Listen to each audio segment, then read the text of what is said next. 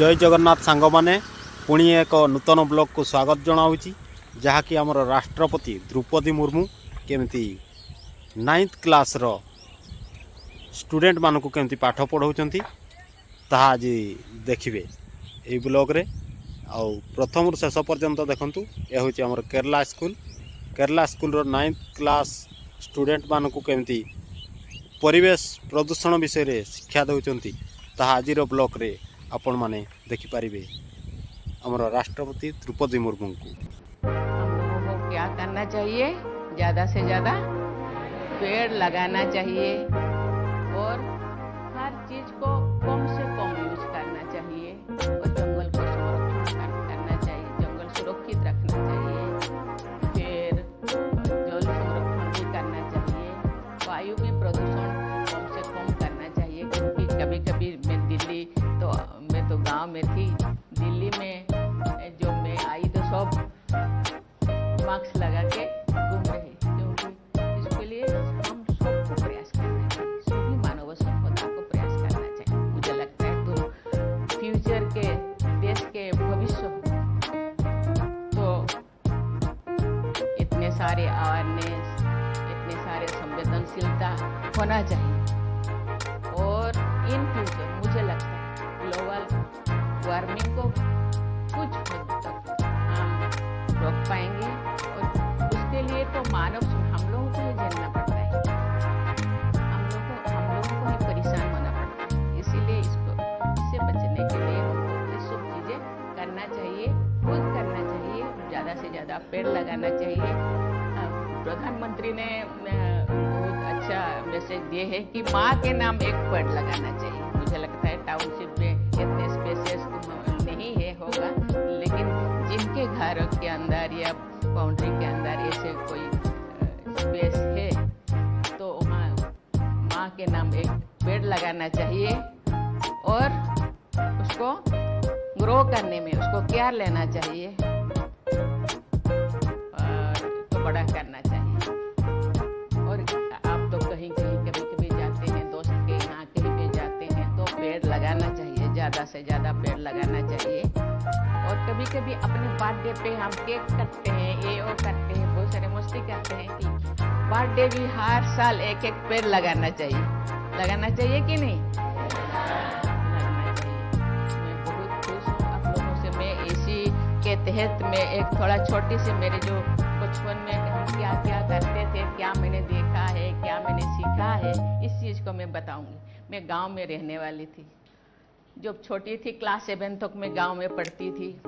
तो उस टाइम अभी जैसे गैस से तुम लोग खाना बनाते हैं, हम लोग सब गैस में खाना बनाते हैं, लेकिन उन दिनों गैस नहीं था, उन दिनों लकड़ी से ही हम खाना बनाते थे या कोई भी ऐसे बनाना चाहे तो फिर उसी चीज़ से ही बनाते। और हम लोगों के गांव के नज़दीक में ही जंगल था, जंगल सूखा लकड़ी मेरे माता पिता चुन के लाते थे, लेकिन कभी कभी वो मोटा होता था, बड़ा होता था, तो कभी कभी उसको काटना पड़ता था। तो मेरे पिताजी को मैंने देखा, बहुत दिन से मैं नोटिस किया, जो पहले चोट वो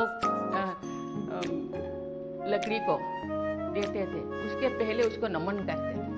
मैंने बोली हम लोगों के सोसाइटी में पेड़ को हम पूजा करते हैं, क्योंकि हम पेड़ को इसीलिए पूजा करते हैं, ये पेड़ हम लोगों का पूर्वज है, हम लोगों को आशीर्वाद देता है।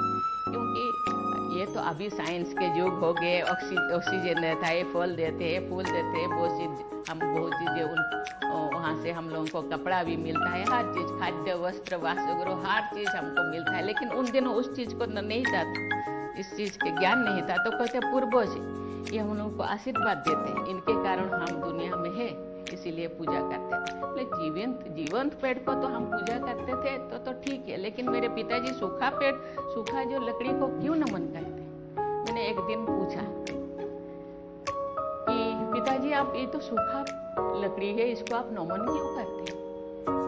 उन्होंने बोले मैं क्षमा याचना करती हूँ, क्षमा मांगती हूँ, क्योंकि मेरे पास कोई ऑप्शन नहीं है लकड़ी के अलावा। और आप सूख गए, आप जिंदगी भर हम लोगों का सेवा किए, लेकिन अभी भी हम लोगों के लिए ही यूज करने के लिए आपको काट रहे हैं, लेकिन हम लोगों को क्षमा कर दीजिए, क्योंकि हम लोगों के पास कोई ऑप्शन नहीं।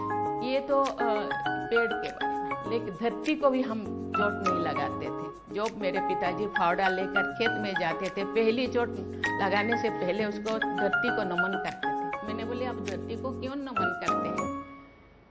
उन्होंने बोले ये धरती हम लोगों का माँ है, धरती है इसीलिए हम हैं। हम लोगों को हर चीज देते हैं। जब धरती है तो हम हवा है, पानी है, खाद्य है, वस्त्र है, हर चीज है, इसीलिए उसको हम धरती माता भी कहते हैं ना। लेकिन धरती के ऊपर कितने जीव जंतु, पेड़ पौधा ये होए, लेकिन धरती के अंदर भी इतने बहुत सारे जीव जंतु, कीटाणु, जीवाणु होते हैं। हम जो चोट में लगाऊंगी ना, और चोट बजने लगने से बहुत सारे जीव जंतु नष्ट हो जाते हैं, मर जाते हैं। इसीलिए मैं धरती माता को मैं क्षमा मांगती हूँ। माँ ये जरूरत है मेरे लिए, इसीलिए मैं थोड़ा आवश्यकता अनुसार आपको मैं चोट पहुंचा रही हूँ, इसीलिए मैं क्षमा मांगती हूँ। पहले चोट मारने से, लगाने से पहले उसको नमन करते थे। इसीलिए ये संवेदनशीलता, ये प्यार, ये चीज सबके अंदर रहना चाहिए। जिस चीज के को हम आघात पहुंचा रहे हैं, बहुत सारी चीजें हो रहे हैं, अभी मैं डिस्क्राइब करना नहीं चाहती, आप लोग बहुत जानते हैं।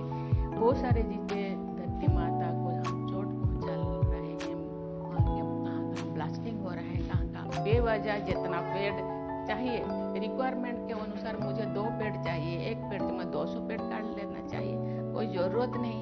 200 पेड़ में काट रहे हो तो मुझे 500 या 5000 पेड़ लगाना चाहिए, लेकिन वो नहीं हो रहा।